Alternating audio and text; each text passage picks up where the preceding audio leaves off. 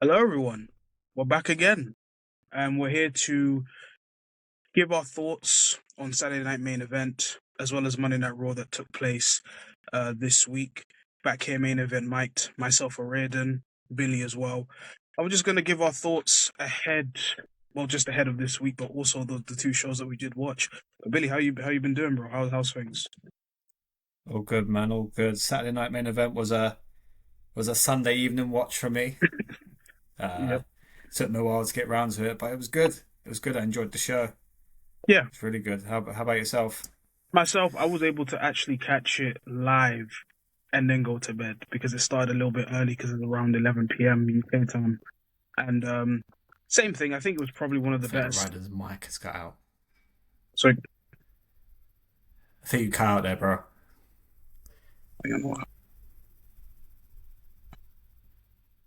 can you hear me now? Oh gosh. Yes, but your screen's still frozen. So, frozen, can you see me again now? Can you still see me? Yeah, there we go. It's back. Okay. Technical difficulties. We're getting used to it now. But but yeah, I watched a Saturday Night Main Event, and I thought the show was definitely one of the better shows. Definitely Yeah. one of the best Saturday Night Main Events, especially with the matches. Some results which were kind of as we did. To be fair, we predicted all of the results pretty perfectly. Um, and it was kind of the show that was expected to be. Apparently, there was no Triple H backstage, and then we'll probably get to that famous picture that was kind of circulating around social media, which I didn't really have a problem with. I just thought it was funny, honestly, Mm. when it comes to that. But yeah, let's start with the Saturday Night Main Event, which took place this past Saturday in Salt Lake City, Utah. And we actually started off with a WWE Undisputed Championship match with Cody Rhodes once again defending his title against Drew McIntyre. So, Billy, what do you thought of the match overall? You know what? We went into this with why is Cody and Drew face each other again? Mhm. And I think their match was so much better than WrestlePalooza's one. Yeah, it was. Yeah. I think the stakes of Cody might be able to lose the title through DQ really helped the match. Mhm. Yeah, I I thought was this. really Yeah, surprised by it. yeah, same. I did think this was a better match than what we got at WrestlePalooza. Um, I thought it was a little bit much smoother to an extent. We knew that, for example, I think even in the last video, I did predict that there would potentially be a referee bump because of the stipulation. If Cody gets disqualified, then he loses the Yep. championship, which we've seen multiple times. Um, and of course, the referee bump was very obvious in the match. Cody Rhodes, of course, heading into the end of the match, actually hitting the DDT on the WWE title, which led to Drew complaining. And then, of course, I just kind of feel like the whole ending was not awkward, but it was just in a way of like Drew was trying so many times during the match to cheat, but then it ends up just falling on him. I just think, where do we go with Drew now? Because he has lost so many times with the championship. He doesn't seem like he's ever going to win the title. I know he did the whole Cody meme after of the whole Starcast, which is a funny Yeah. meme. It's a funny meme, but it's like, what do you do with him now? Because the guy has lost so much times now. I think the obvious plan is War Games. I think they'll both be Possibly, involved yeah. in War Games. Yeah, And then after that, they'll have one more match and it will be a gimmick match. Depending possibly, on yeah. what gimmick, I'm not sure. Yeah. But you, the thing I had with the ending was Mhm. Cody Rhodes at WrestleMania was so hell bent on not using the title Yeah. to his advantage. Mhm. Now he's doing that, and the commentators are just not picking up on it really. Yeah. Like no one, like people are pretending this is Cody Rhodes. He's been dodging like cheating all year, Yeah. so they don't really address that much. And also with Drew, he's still in the main event. Like he's a main Yeah. event guy, but Yeah. how long until he starts getting like pushed down the card because he's just Yeah. losing every single like program. Yeah, I agree. I think there was clearly a Jacob Fatu feud that he was supposed to go into. But then because of the Jacob Yeah, Fatu injury, it forced them to kind of go back to the Cody Rhodes feud, which would have been interesting to see who Cody would have had to face. Maybe it would have been maybe it would have been a version where Drew's involved and it would have been Drew and Jacob Fatu in a triple threat.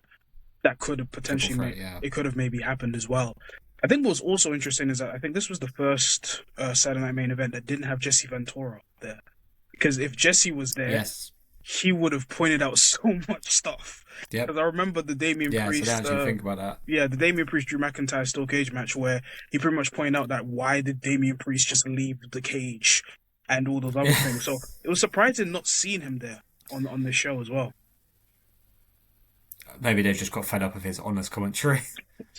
I mean, but that's the thing. When you have commentators, sometimes they will be very honest. Like, for example, with AEW with JR, if a tag team is Yeah. so good, he will point out the illegal tag moves that happen during the match and how much it gets away with it.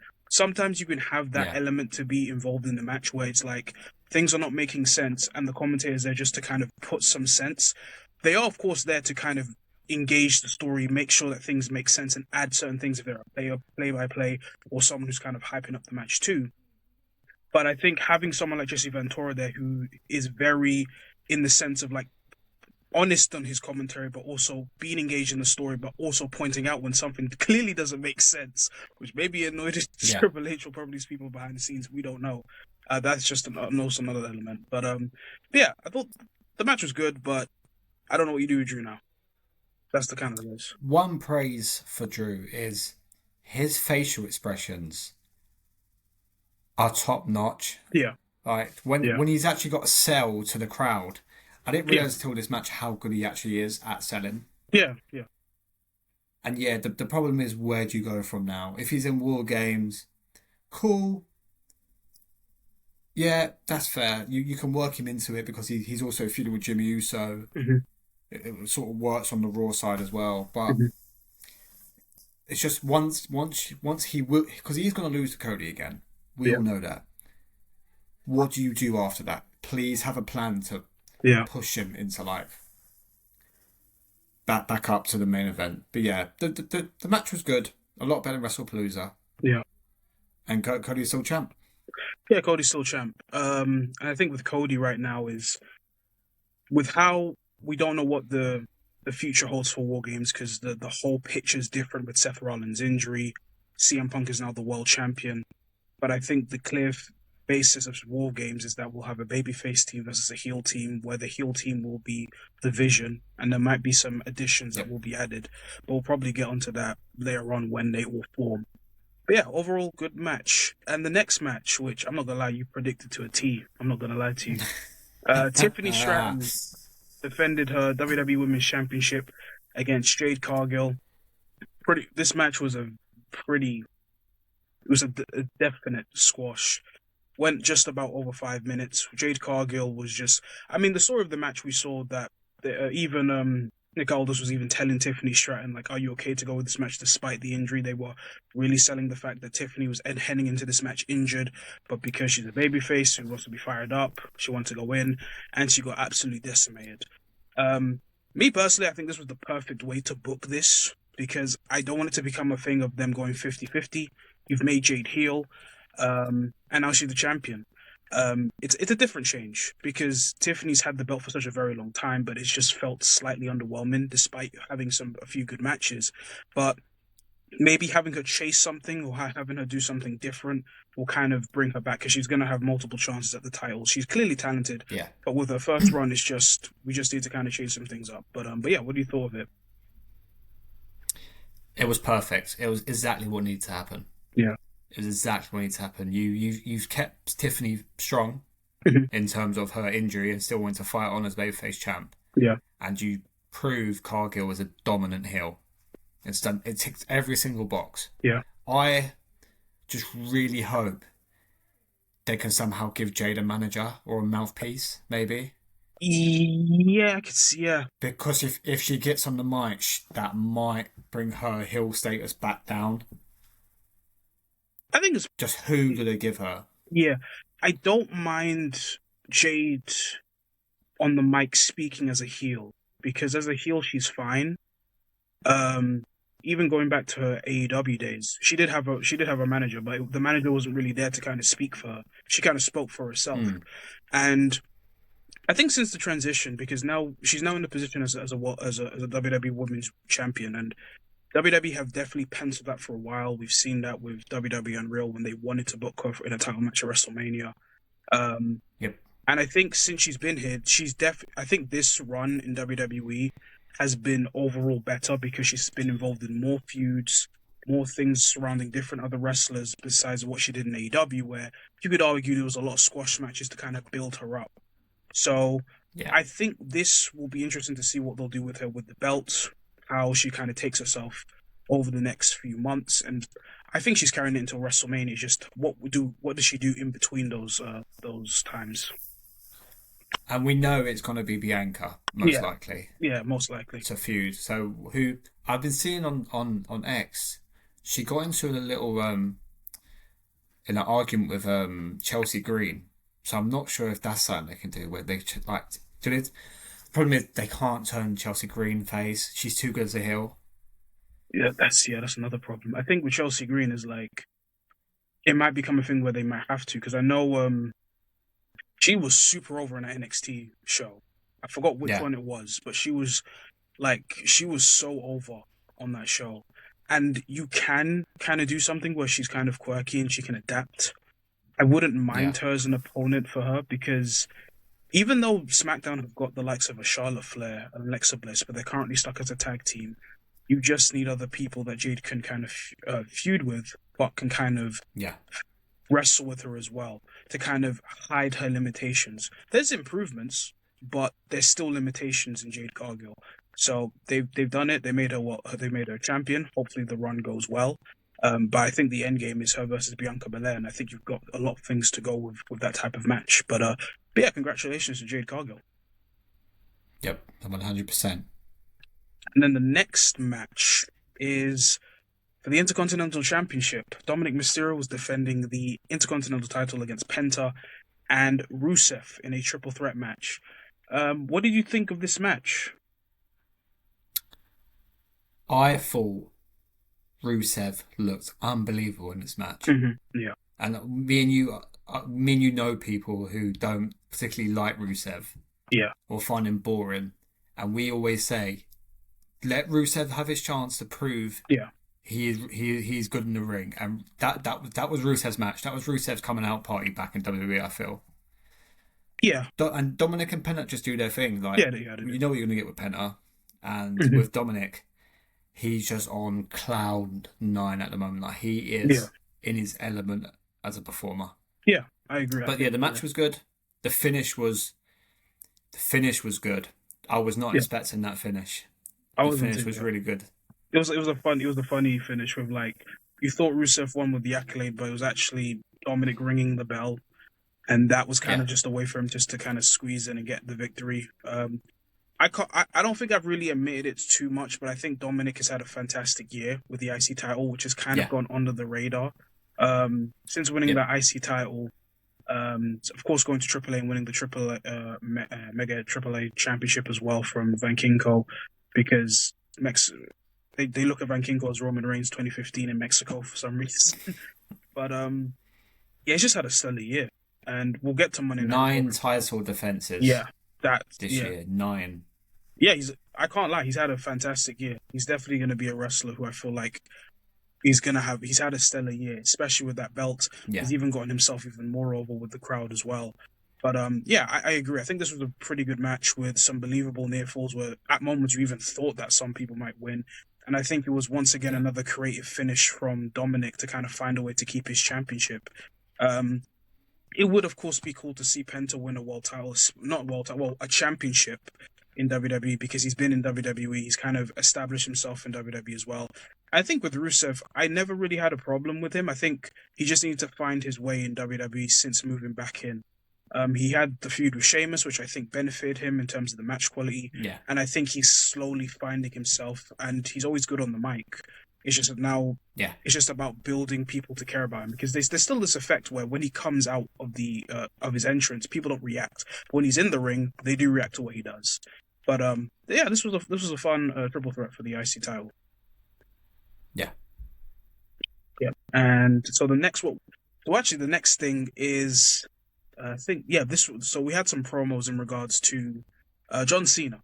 So John Cena pretty much confirmed what I think is maybe an interesting way to kind of get our last opponent for Mr. John Cena. He pretty much announced a This Time Is Now tournament, which will have 16 men involved, which will be competitors from Monday Night Raw, SmackDown, NXT, and even people that don't even work here. It's TNA wrestlers, man. It's literally TNA wrestlers. It's like Joe Hendry, Jeff Hardy, anyone who Matt Kaidona, like Exactly. all those people that will probably be there, and whoever wins the tournament will face Cena on December 13th.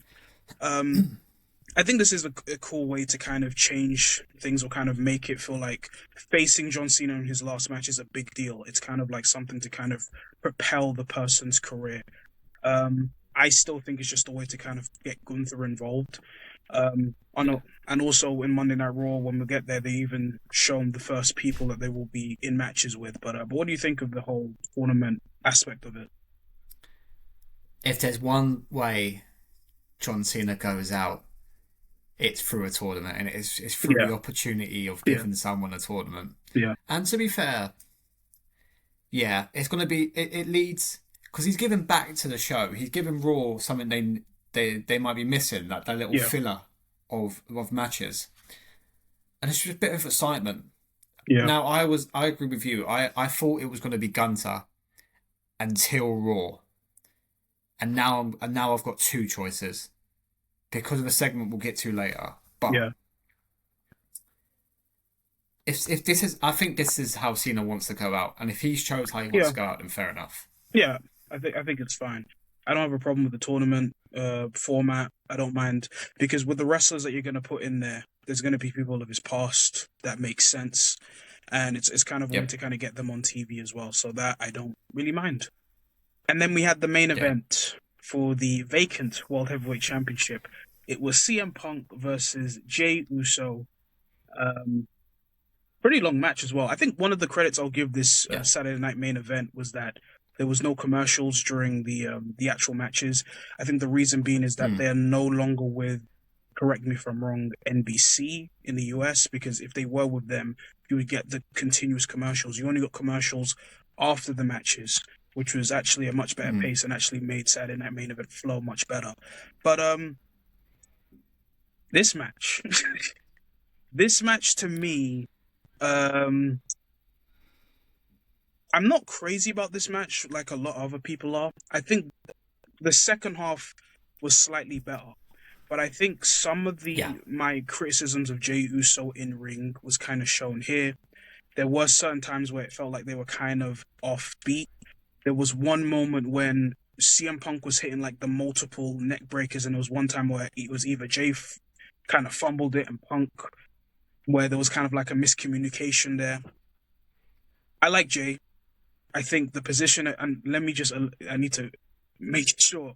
I like Jay. I think giving Jay the Royal Rumble was a great choice. Having him win the world Yep. title was a great choice. Despite the world title reign not feeling as strong as it was and just wasn't a great reign. But I think this match kind of alerted my reasonings to why I didn't really care for Jey Uso to be in this position. I thought the match was fine, and the second half it got better, especially with the near falls and the crowd being invested as well. But it just kind of felt like a Yeah. decent match, not the strongest match on the show, but I'm cool with CM Punk winning, which I thought was going to happen. But yeah, CM Punk is the new World Heavyweight Champion. It was a competitive match, but not a match that I feel like is going to be memorable when I look at so many Hmm. other matches that WWE have had this year. But what do you think, Billy? Yeah. Same as you. Same as you. I thought it was a match of two halves. It was the Yeah, first bit was really sloppy and it was yeah, really slow, but once they started storing their finishes, as 2K fans would know, yeah, and there's when they started hitting all their finishing moves. yeah, yeah, There was one point when I thought Jed won it as well. When he counted into the sleeper, yeah, I thought Punk was going to pass out. yeah. Going back to the WrestleMania thing. Yeah, Yeah, that with Jay, we see it in WWE Unreal. He gasses out in his entrance yeah, like all the time, yeah, and it's maybe if you're gonna do so much eating, save that for like yeah. segments. And then he do it again. Then they do his entrance Yes, again. yes, yes. And he was clearly gassed. That's Yeah, when Punk sprayed the water on him. yeah, Like, and that's the most we've seen Punk go back to his old self in terms of being frustrated in the ring. Because since he's been in Mm. this recent run, you haven't really seen the frustrations come through. But Not there much, was no. twice in that match he was physically like you could see he was frustrated. Yeah, and yeah, Um, no, you go ahead. and I'm with you. No one, I think people that criticize Jay Mhm. are fans of Jay. It's just he's now being pushed to this. He's sort of in our face every week now. Like it's always Jey Uso, Jey Uso, Jey Uso, Mhm. and now he's gone past the underdog story. Mhm. Like we enjoyed the underdog story, but now he's past that. So now what? Now what are you gonna give us? Yeah, And it's just not great. Like he's not great in the ring, and it's just yeah, overall it's just not great. And CM Punk winning was the right choice and the only choice I yeah, think that could have happened. yeah. I agree. I think the problem with Jey Uso is that he's a good tag team wrestler who's had a great run and has gotten himself super over with the crowd, which I'm happy for. He got the world title, he got the Royal Rumble win, but I don't think it's a case where there's a complaint for Jey Uso because we're seeing it in the YouTube videos where there's a lot of dislikes. And the criticisms have not just been alarmed by, let's say, for example, internet fans or in IWC. Triple H has said this. Triple H has said this Yeah, himself, where he's like, the only reason I wouldn't push him for the title is his cardio or just some other things as well. We've seen this in the WWE Unreal show, so it is something that is like a negative toward Jey Uso, but you can't deny he's had a year where you could not he's going to remember this for the rest of his career. It's just what yeah, he does yeah, after it. I keep saying that main event Jey Uso or Yeet Man is unfortunately when he's uninteresting because yeah, yeah, you could do all the things and he's super over and the entrance is great and all that, but he's just not as interesting when he's conflicted, when he has something to lose, or when he has mental health issues because of his cousin Roman Reigns that he does all the time. yeah, But yeah. yeah, I think like I said, it's good to see CM Punk with the world title. The match was fine, um, and yeah, that was pretty much Saturday Night Main Event. Of course, there was like the big picture of like CM Punk, uh, Cody Rhodes, Ricky Saints bringing his NXT championship, which was funny, and Jade Cargill with all the belts. This kind of made the rounds. Even I saw it early. I don't mind the picture. Like it's cool. It's a cool picture for like to see all of them where they are. We're even seeing Ricky, not Ricky, yeah, Ricky, but Mariah May, or formerly now known as Blake Monroe, with the North American Championship. Ethan Page with the North American Championship. Mike Santana is the TNA World Champion. So you could arguably say, in terms of WWE, all the champions are all elite. They're technically all elite. I'd love to know whose idea the picture was. I'd love to. If that was Triple H's idea, I'd love to know. Just for him to call Ricky Saints on the phone and be like, "Look, we need you at TV. It's not a main roster call up, but bring your title because we need a Yeah. picture." That's the thing. It was just funny that he brought the title with him so they can just all pose. But I never really had a problem with it. It's just funny that he brought the belt with him. But Yeah. yeah. Overall, Saturday Night Main Event was a fun show. It wasn't bad. Was it the best one yet? Maybe. Because we've had four, haven't we now, or four or five now, ain't we? Yes. It might be. I think it might be the one where, as a show, it flowed better. Because I think the Yeah. last one we had was the Goldberg retirement show, and that just kind of felt. It kind of Yeah. felt all over the like Gunther and Goldberg wasn't bad, but even they wanted to cut the mic off of Cliff and Goldberg as well, so that didn't help as well. So yeah, I think this might have been the best one because it just flowed better as a show overall. So Yeah. I agree. yeah, I agree.